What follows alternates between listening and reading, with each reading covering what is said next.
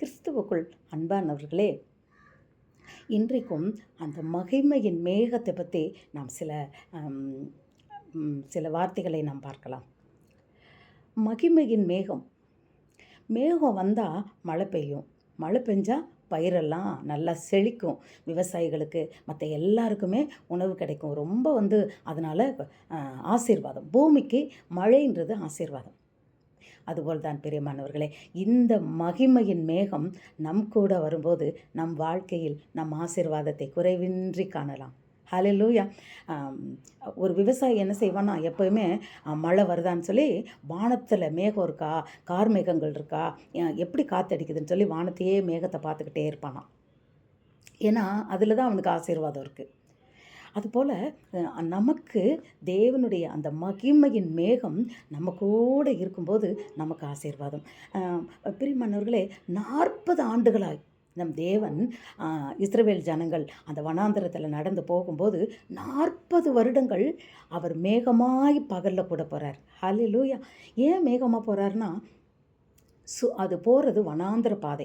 அந்த வனாந்திர பாதையில் சூரிய வெயில் ரொம்ப அடிக்கும். அப்போ இவர் மேகமாக கூட போகும்போது அவர்களுக்கு அந்த வெப்பம் தனியும், அது நடக்கிறதுக்கு ரொம்ப ஈஸியாக இருக்கும். நிழல் இருந்தால் எவ்வளோ நல்லாயிருக்கும். அதுபோல் நிழலை போல் மேகமாக அவங்க கூடயே போய் அவங்களுக்கு களைப்பில்லாமல் நடக்கும்படியாய் கூட இருக்கிறார். அல்லேலூயா. இதுபோல் நம் வாழ்க்கையிலையும் நாம் சோர்ந்து போகாத படிக்கு நம் கூடயே வருகின்ற மகிமையின் மேகம். இந்த மகிமையின் மேகம் நம்ம கூடயே இருந்ததுன்னா நமக்கு சோர்வு வராது, டயர்ட்னஸ் வராது. வாழ்க்கையில் பிரச்சனைகள் வரும்போது நம்ம சோர்ந்து போக மாட்டோம். இந்த மகிமையின் மேகம் நம்ம கூட இருக்கும்போது நம்ம பயப்பட மாட்டோம். அவர்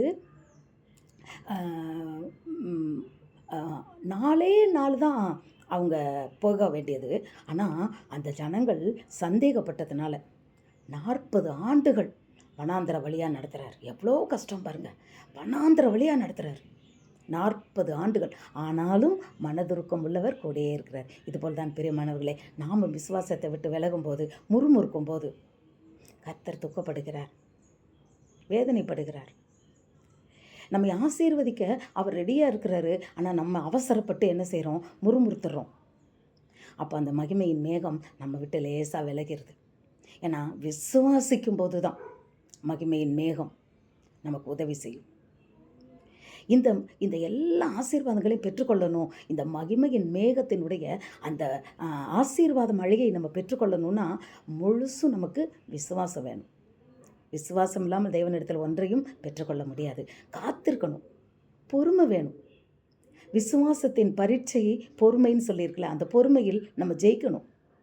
கர்த்தர் நிச்சயமாக செய்வார்ன்ற நம்பிக்கை வேணும். ஏன்னா மேகம் உங்கள் கூடயே தான் நிற்கிது.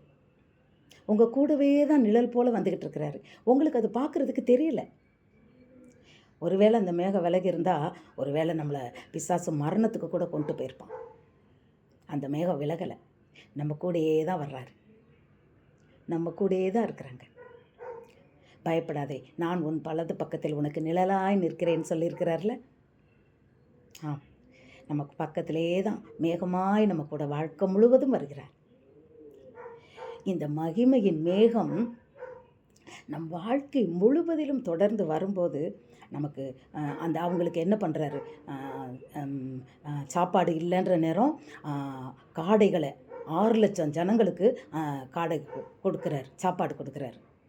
தண்ணி இல்லைன்னொன்னே நீரூற்று, கற்பாறையிலேருந்து நீரூற்றுலேருந்து தண்ணியை கொடுக்குறாரு. இதுபோல் தான் இந்த மகிமையின் மேகம் நம்ம கூடயே வந்தால் எல்லா ஆசீர்வாதங்களும் நமக்கு உண்டு, ஒரு குறையும் நமக்கு இருக்காது. இந்த மகிமையின் மேகம் யார் தெரியுமா? பரிசுத்த ஆவியானவர். ஹல்லேலூயா. இந்த பரிசுத்த ஆவியானவர் நம் வாழ்க்கையில் நம்ம கூடயே இருக்கும்போது, நமக்குள் இருக்கும்போது எல்லாமே ஆசீர்வாதம் தான் பிரியமானவர்களே. வார்த்தை நமக்கு வாழ்க்கையாய் மாறணும். அவர் நான் சொல்கிறத செய்யுங்கன்றார். அவர் சொன்னதை நம்ம செய்யும்போது அவர் நம்ம கூடயே இருப்பார். மகிமையின் மேகமாய் நம்மளை தொடர்ந்து வருவார். நம் கஷ்டப்பட்ட நேரங்களில், கலங்கின நேரங்களில் அவர் யார் மூலமாவது நமக்கு அந்த உதவிகளை செய்வார்.